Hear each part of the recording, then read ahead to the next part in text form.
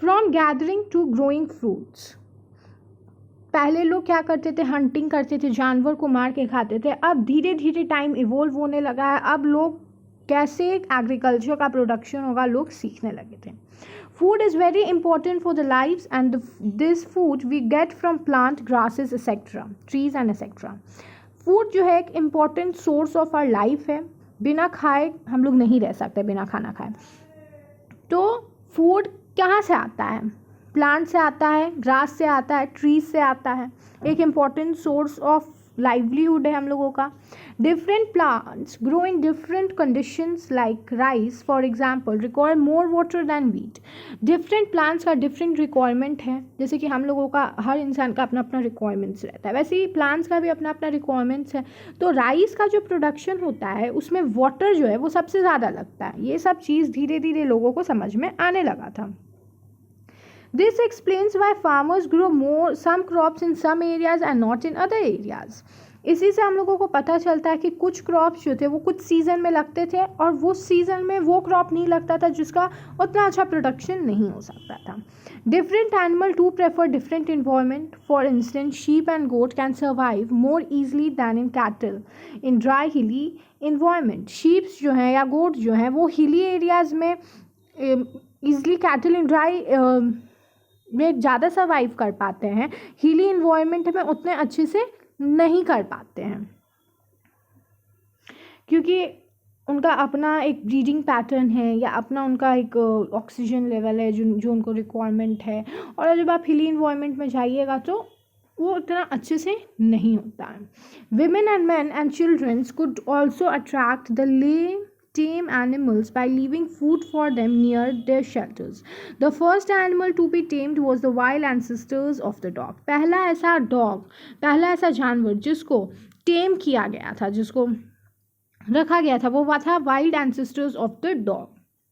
Later, people encouraged animals that were relatively gentle to come near and the campus where they lived. These animals such as sheep, goat, cattle and also the pig lived in the herbs and most of them ate grasses. हम लोग देखते हैं कि पहले के जितने भी जानवर थे वो ज़्यादातर जो थे वो शाकाहारी थे, वेजिटेरियंस थे, और वो लोग मेनली जो ग्रास होता है या ग्रीन लीव्स होता है वो खाते थे.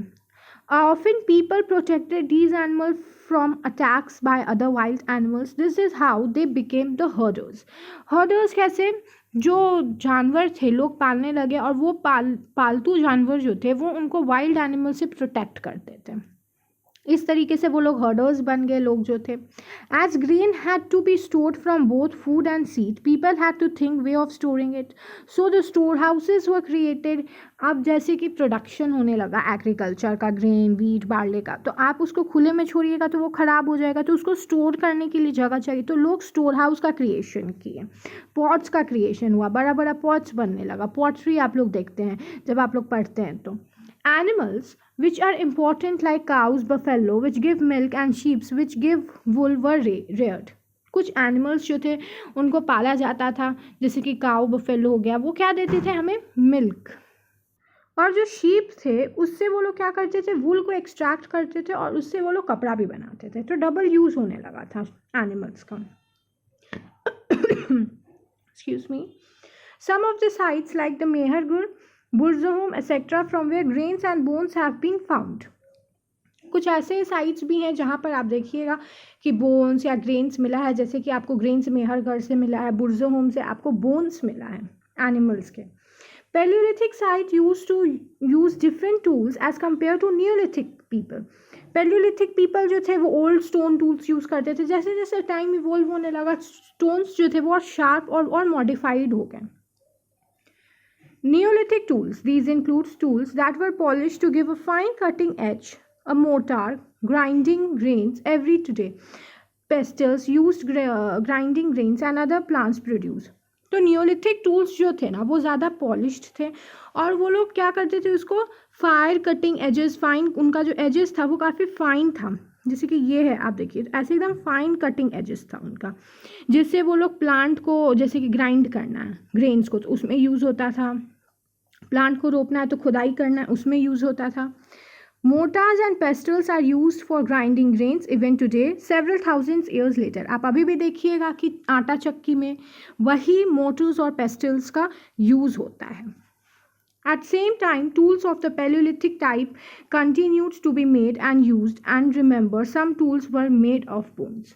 Paleolithic type का जो tools था वो बना और बहुत लंबे समय तक उसका यूज़ भी हुआ. Bone tools भी था, हड्डी, जानवर के हड्डी से जो था टूल्स बनाया गया. Many kind of earthen pots have been found. These were sometimes decorated and were used for storing things. Different आपको pots मिलेगा क्योंकि जैसे आप जानते हैं कि wheat और barley ये सब का cultivation स्टार्ट हो गया था, तो लोग क्या किए, उसको स्टोर करने के लिए पॉट्स बनाने लगे, पॉट्स को वो लोग डेकोरेट करने लगे. तो ये सब चीज़ भी आपको देखने को मिलता है. But still in many areas man and women still continue to hunt, gather food and elsewhere. People adopted farming and herding slowly.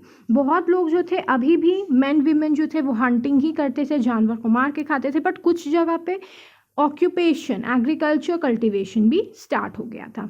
Beside, in some cases, people try to combine these activities, doing different things during different seasons. लोग different seasons में different activity करते थे, different crops का grow करते थे क्योंकि वो लोग समझ गए थे कि कौन सा क्रॉप कब राइपन होता है. Many of the farmers, herders lived in a group called tribes. Tribes क्या होता है? जो herders या farmers एक ग्रुप में रहते थे उसको क्या कहते थे? ट्राइब्स कहते थे. मेहरगढ़ ये एक इम्पॉर्टेंट साइट है. This site is located in the fertile plains near the Bolan pass which is one of the most important route in Iran. तो जो बोलान पास, ये जो मेहरगढ़ है ये बोलान पास के नियर लोकेटेड है और इसका फर्टिलिटी ऑफ सॉइल बहुत अच्छा था. और एक ये इम्पॉर्टेंट कम्युनिकेशन रूट के काम भी आता था ईरान से. ईरान और इंडिया के बीच में उस समय ट्रेड होता था through Mehrgarh. It is probably one of the places where women and men learn to grow barley, wheat and rear sheep, goats for the first time in this area. ये one of the ऐसा places है जहाँ पर men और women दोनों art learn किए थे कि कैसे wheat और barley का प्रोडक्शन होता है, sheep को कैसे rear किया जाता है, goat को कैसे किया जाता है first time. After excavation of some sites found of many kinds of animals, bones from the earliest levels. These includes bones of wild animals such as deer and pigs. Different wild animals का आपको bones भी मिल जाएगा जैसे deer का, pig का. In later level, they found more bones of sheep and goats, and in still later level, cattle bones were most common, suggesting this was the animal that was generally kept by the people. Different आपको bones मिलेगा animals का, sheep का, goat का. Cattle का जो bones था वो सबसे ज़्यादा मिला. तो ये इससे बताता है, दर्शाता है कि कैटल्स जो थे वो सबसे ज़्यादा लोगों के द्वारा पाले जाते थे उस समय.